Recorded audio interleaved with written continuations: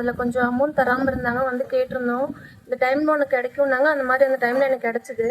அதுக்கப்புறம் இப்போ கொஞ்சம் ப்ராப்ளம் ஆயிடுச்சு. அது அம்மாட்ட சால்வ் பண்ணி கொடுக்கலாம்னு சொல்லிட்டு பார்க்க வந்திருக்கோம். என்ன பிரச்சனை உங்களுக்கு? பிசினஸ்ல என்ன நடந்துச்சு? பிசினஸ்ல கொஞ்சம் அமௌண்ட் அதிகமா நாங்க போட்டிருந்தோம். அது அவன் தரமாட்டேன்னு கொஞ்சம் ஏமாத்தினான். அம்மாட்ட வந்து சொன்னோம், தரமாட்டா, நான் வாங்கி தரேன் அவனுக்கு அப்படின்னு சொன்னாங்க. இவ்வளோ நாளும் பணம் உனக்கு வரும், எலுமிச்சு பழம் கொடுத்தாங்க, இதை கொண்டு போனீங்கன்னா உங்க பேச்சை கேட்பான்ட்டு அந்த மாதிரி எலுமிச்சு பழம் எடுத்துட்டு போனோம். அவன் வந்து இதுக்கு முன்னாடி எங்களை திட்டிட்டு இருந்தவன் அப்புறம் அவனே அழுதுட்டு தப்பு தான் கொடுத்துட்றேன்னு சொல்லிட்டு அப்புறம் இவ்வளோ நாள் டைம் கொடுத்து 25 லட்சம் அந்த பணம் வந்துருச்சு. இன்னைக்கு 25 லட்சத்துல 5 லட்சம் அவன் கம்மி பண்ணிட்டு பழம் வாங்கிட்டு போய் எவ்வளவு நாள்ல கொடுத்தாங்க? பழம் வாங்கிட்டு போய் ஒரு 3.5 மாசம் அந்த மாதிரி கிட்ட வந்துருச்சு எங்களுக்கு பணம். இப்ப மறுபடியும் ஒரு பெரிய பிரச்சனை, அதை அம்மா கிட்ட கேட்டுட்டு போலான்ட்டு வந்திருக்கோம். வந்திருக்கேன். அடுத்த வாட்டி வந்தபோது நான் எங்க வீட்டுல நகை காணாது போயிடுச்சு. அம்மா வந்து வாக்கு கேட்டேன். ஃபர்ஸ்ட் வந்தேன், அப்புறமா அது செட் ஆகலன்னு திரும்பி வந்தேன். வந்த பிறகு அப்புறமா அம்மா எலுமிச்சை பழம் கொடுத்தாங்க. இதை எடுத்துட்டு போய் வீட்டு முன்னாடி வடிமான்னு சொன்னாங்க. அப்படியே வச்சேன். அதை செஞ்சு 14 நாளுக்கு எங்க வீட்டு நகை எங்க போயிட்டு எங்க கிடைச்சிது, எனக்கே கிடைச்சிது. அப்புறமா சரியாண்டு போலீஸ் ஸ்டேஷன்ல கம்ப்ளைண்ட் கொடுத்துருந்தேன், சால்வ் பண்ணிட்டேன். இப்போ அதுக்காக இப்போ திரும்பி எனக்கு எவ்வளவு பிரச்சனை இருக்கு, அதுக்கே வந்துருக்கேன். வந்து பார்த்து அம்மாவை பார்த்துட்டு 11ஆவது நாளே உங்களுக்கு கிடைச்சிருச்சு? கிடைச்சிருச்சு. 5 போனோம்.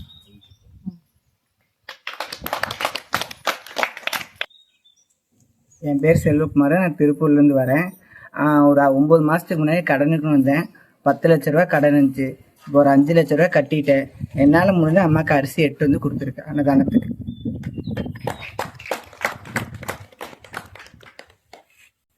பேருக்கு வணக்கம். உங்கள் சேலம் மதுரகாளியமா தான் நான் பேசிட்டு இருக்கேன். நிறைய பேர் கேட்டாங்க, என்னம்மா ஏன் உங்களுக்கு இந்த வருஷம் மாசம் திருவிழா நடத்தல, என்ன காரணம்னு சொல்லி கேட்டாங்க. எவ்வளவோ பிரச்சனைக்கு அப்புறம் நான் கோவில் இன்னைக்கு நிலைய இந்த இடத்துல ஒரு தனி திருநங்கை அப்படின்னு நிறுத்தி வச்சிருக்கேன். எத்தனையோ பேரு என்னென்ன பேசணுமோ அத்தனை பேசி கொட்டி என் மேல என்னென்ன செய்யணுமோ செஞ்சுட்டு தான் இருக்காங்க, கமெண்ட்ஸ் பண்ணிட்டு தான் இருக்காங்க.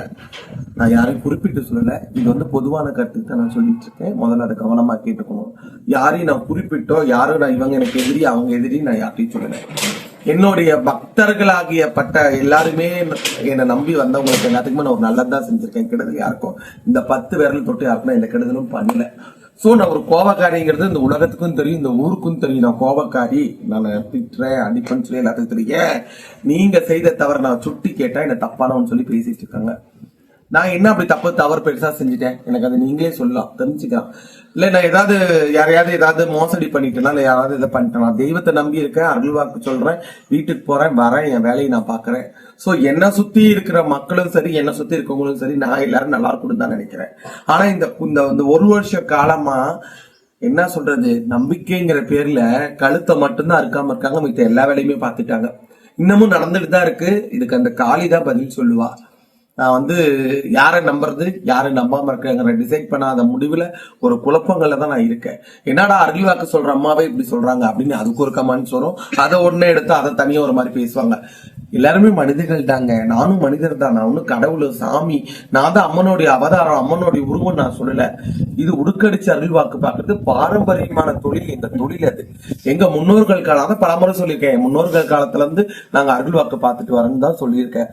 நாங்க மதுரகாளியம் ஒன்றும் என்னுடைய குலதெய்வம், என்னோட சொந்த இடத்துல நான் வச்சிருக்கேன். நல்லது நடக்குது, பக்தர்கள் வராங்க. இல்ல யாருக்கா நான் தொந்தரவு தரேனா, இல்ல யாரையாவது என்ன ஏதாவது நினைச்சால் மட்டும்தான் நான் அவங்கள போய் பேசுவேன், அவங்கள போய் திட்டுவேன். இது வரைக்கும் நான் அப்படிதான் இருப்பேன், இன்னமும் அப்படிதான் இருக்கேன். இன்னும் கொஞ்சம் காலங்கள் இருக்கு, எல்லாத்துக்கும் நன்மை செய்யணும், நல்லது பண்ணுதான் நினைக்கிறேன். ஆனா யாருமே என்ன புரிஞ்சுக்கிறது இல்ல. இந்த அம்மா பேசுறாங்க, திட்டுறாங்க, கொல்றாங்க அப்படின்னு தான் சொல்றீங்களே ஒழிஞ்சு எதுக்கு அந்த அம்மா பேசினாங்க, எதுக்கு அந்த அம்மா சொன்னாங்க அப்படிங்கிற கருத்துக்கள் யாரும் அதை பத்தி வெளியே பேசுறதுல. உடனே எடுத்தோடனே இங்க என்ன நடக்குதுன்னே தெரியாது, கோயில் என்ன நடக்குதுன்னே தெரியாது, உடனே அதுக்கு ஒரு வீடியோ, அதுக்கு ஒரு பிரச்சனை, அதுக்கு ஒரு பேச்சு, அதுக்கு ஒரு இது. ஏன் இப்படி பண்றீங்க? ஏன் இந்த மாதிரி செய்றீங்க? தயவுசெய்து என்ன முதல்ல புரிஞ்சுக்கீங்க. எங்களுக்கு நான் வந்து இன்னைக்கு ஒரு திருநங்கை ஆயிட்டுனா வீட்டோட இருக்கேன், அப்பா அம்மாவோட இருக்கேன். நான் யாருக்கும் எந்த துரோகமும் பண்ணல, யாருக்கும் எந்த இதுவும் செய்யல. முத இந்த இடம் வாங்கும் போது எனக்கு உதவி செஞ்சது ஜஸ்டின். எத்தனை வருஷம் நான் மறக்க மாட்டேன். இன்னைக்கு நான் இந்த கோவில் கட்டி இடிச்சு மறுபடியும் கோயில் கட்டுறேன்னு எவ்வளவோ பணம் எங்கிட்ட இருந்து நிறைய பேர் வாங்கிட்டாங்க. ஆனா யாருமே கோவில் கட்டல. ஏன்னா அந்த கோவில் கட்ட தருணத்துல வந்து என்னுடைய ஃபேமிலி சொந்த பிரச்சனையை நான் பார்த்துட்டு இருந்தேன். இது எல்லாருக்குமே தெரியும். மீறி பணம் என்னங்க, ஆமா அந்த அம்மாக்கு என்ன வேலை, இதுதான் சொல்லுவாங்க, இருக்கதானே சொல்ல முடியும். நான் சேர்த்தியா சொல்ல முடியும் உங்களுக்கு. அதனால அருள்வாக்குலாம் போயிட்டு தான் இருக்கு, மக்கள் வந்துட்டு தான் இருக்காங்க, அருள்வாக்கு பார்த்துட்டு தான் இருக்கேன். தயவுசெய்து இந்த ராங் கால்ஸ், இந்த ராங் நம்பர்ஸ் இவங்கெல்லாம் வந்து தயவுசெய்து எங்களுக்கு தொந்தரவு தராதீங்க. நல்ல முறையா சொல்றேன். உங்களுக்கு பிடிக்கலையா தள்ளி விட்டுட்டு போயிட்டே இருங்க. என்ன வச்சு பலனான பக்தர்களுக்கு நல்லதாகட்டுமே. ஏன் இப்படி தொந்தரவு செய்றீங்க? நான் நியாயமா கேட்கிறேன். யாரையாவது நாங்க ஏதாவது சொல்றோமா? என்னன்னு நீங்க சொன்னா நான் 2 சொல்வேன். நீங்க சொன்னதானே நான் கேட்கிற மாதிரி இருக்கு. உங்க தப்ப நான் திருப்பி கேட்டா நான் தப்பானவளா போயிடுறேன். முதல்ல அதை கருத்துக்குள்ள கொண்டுட்டு வாங்க. சோ நானும் மனிதன் தான். எனக்குள்ளேயே அது உங்களை அர்த்தம் எப்படி ரத்தம் வருதோ அந்த ரத்தம் என் உடம்புலயும் விடும். நான் ஒன்னும் கடவுளோ மகானோ கிடையாது. நான் அண்ணன் பழைய வீடியோல இருந்து சொல்லிட்டு தான் வரேன். நானும் உங்களை மாதிரி எங்க பாரம்பரிய தொழில் நான் பார்த்துட்டு இருக்கேன். இது நான் வந்து கடவுளுக்கு ஒரு சேவையா செய்றேன். அதை முதல்ல கவனமா வச்சுக்கிட்டு எல்லாரும் எனக்கு சப்போர்ட் பண்ணுங்க. என்னோட சேனலுக்கு ஆதரவு கொடுங்க. என்னை பத்திர தெரிஞ்ச விஷயங்கள் தெரிஞ்சுக்கணும்னா என்னோட சேனலுக்கு சப்ஸ்கிரைப் பண்ணுங்க. ஆன்மீக தகவல் இனிமேல் நிறைய வந்துட்டு இருக்கும். கண்டிப்பா ஆன்மீக தகவல் நிறைய வந்துட்டு இருக்கும். இனிமேல் தெரிஞ்சுக்கலாம். ஏன் சிவன் ராத்திரிக்கு நான் சிவன் ராத்திரிக்கு இன்னைக்கு கொஞ்சம் வெளியே போறேன். என்னுடைய வீட்டுல வந்து என்னுடைய பொண்ணு கர்ப்பமா இருக்காங்க. அதனால நான் வந்து சிவன் ராத்திரி நடத்த முடியாது. மயான கொள்ளையில போய் நான் சூறையாட முடியாது. அதனால நான் வந்து மயான கொள்ளைக்கு போக விரும்பல. நம்ம மேலே 1008 பழி வருது. அந்த அம்மா சக்தி உள்ளோட உண்மையா இருந்தா என்ன உண்மை என்னைக்கு கொண்டு வரலாம். அன்னைக்கு நான் அந்த அம்மாக்கு சுடுகாட்டுல இறங்கி மசாலா பூஜை போட்டு அந்த அம்மாக்கு மயான அடிக்கணும். ஒரே குறிக்குள்ளதான் இன்னைக்கு நான் சிவராத்திரி பூஜையை கொண்டாடல. நான் வந்து மயசமும் கட்டி மசானமும் அடிக்கல. மயான பூஜையும் நான் போடல.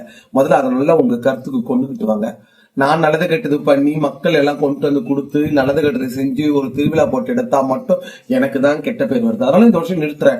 உண்மை ஏதோ அந்த அம்மா அந்த மலைன்னு ஒரு அங்காயி எது உண்மையோ அவ காட்டுட்டோம். நான் அடுத்த வருஷம் நல்லா இருந்தா கண்டிப்பா மயான பூஜை போட்டுக்கிறேன். என்னை சுத்தி இருக்கவங்க நல்லவங்க கெட்ட, நான் எரியிற கோயில எல்லாருமே நல்லவங்க தான் நம்புவேன். தேலோட குணம் கொத்துறது, அதை வாங்குற குணம் தான் என்னதான் இருக்கு. ஐயோ அது தேல் கொத்து பிடிச்சு அதை அடிக்க மாட்டேன், காப்பாத்தி தான் விடுவேன். இது பழமொழியே இருக்கு. அரசன் அன்று கொள்வான், தெய்வம் நின்று கொள்ளும். எவ்வளவு பிரச்சனைகள் வந்தாலும் நான் உட்காந்து பார்க்கலாம். உயிர் ஒண்ணு போகாம வந்தா யாரு ஜெயிப்பாங்க நான் பண்ண தெரிஞ்சுக்கிறேன். அதனால வெயிட் பண்ணிட்டு இருக்கேன். என்னடா சாமி சொல்ற அம்மாவுக்கு இத்தனை சோதனையானா, என்னுடைய கோவில் சில மாற்றங்கள்ல சில பிரச்சனைகள் நடந்திருக்கு. என்னைக்கு மதுரகாளி உள்ள உட்காந்து பூஜை மாவிடிச்சு விளக்கு தரணும் அப்ப எல்லாருமே தெரிஞ்சுப்பீங்க. தக்கமா இன்னும் நான் கோவில் கண் திறக்கல, அம்மனுக்கு இன்னும் கண் திறக்கல கேட்பீங்க. இன்னும் அம்மனுக்கு நான் இன்னும் கண் திறக்கல. பாருங்க அம்மாவை மூடிதான் வச்சிருக்கிறேன். எல்லா சாமியும் மூடிதான் வச்சிருக்கேன். ஒரு சாமி கூட கண் திறந்து எந்த சாமியுமே மதுரகாளியில இருந்து எல்லா சாமியுமே மூடிதான் வச்சிருக்கேன். இது என்னுடைய தாய் வாங்கிட்டு வந்து கொடுத்த ஒரே ஒரு காளி. இந்த காளி மட்டும்தான் கண் திறந்திருக்கும். ஏன்னா சாமியே கோயில் இல்லாம போயிட்டா வரவங்க எதை கை எடுத்து கும்பிடுவாங்க, இதுக்கு மட்டும் தான் பண்ணிட்டு இருக்கேன். அதே மாதிரி ஒரு சின்ன சிறுவனுக்கு வேண்டுதல் நடந்து அவங்க பாருங்க உடனே பெரிய சாமியும் செல்லியம்மன் சாமியும் வாங்கிட்டு வந்து வச்சிருக்காங்க. இந்த மாதிரி விஷயங்கள் நடந்துட்டு இருக்கு. தயவு செய்து புரிஞ்சுக்கிங்க மக்களே. நான் வேற எதுவும் உங்ககிட்ட நான் சொல்ல முடியாது. நெஞ்ச கிழிச்சு காமிச்சு நான் உண்மைதான் கதவு தட்டி ஒவ்வொரு வீடா நான் சொன்னா நீங்க நம்ப மாட்டீங்க. உண்மை என்னைக்கு வெளிச்சு வருதோ அன்னைக்கு நீங்க தெரிஞ்சுக்குவீங்க. அதனால நான் காத்திருக்கேன். மிக்க நன்றி. அனைவருக்கும் வணக்கம்.